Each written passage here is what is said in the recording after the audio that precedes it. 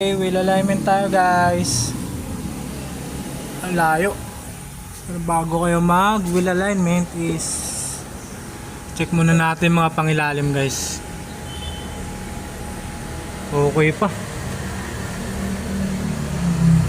Tie rod, track end kung okay pa. Ball joint.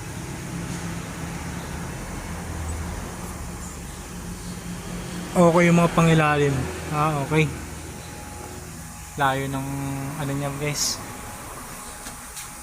Layo ng ano niya. Alignment niya. Okay.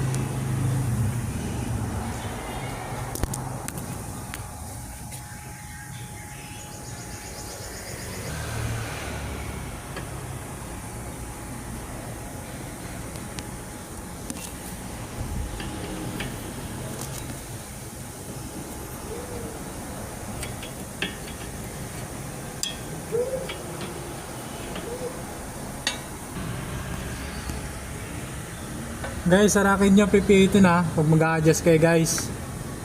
Rack in.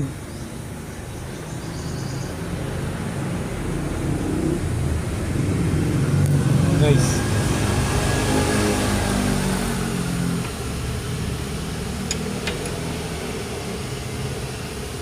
Yung monitor natin.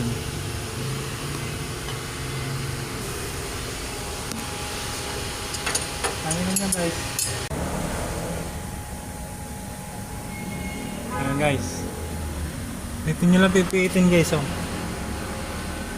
Ito 19 to. Ito 13.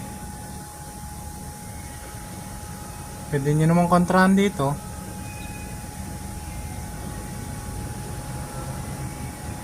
Para hindi na gumalaw. Ito 19 guys ha. Ito 13. Yun na alignment natin guys. 0-0. Very excellent. Yo.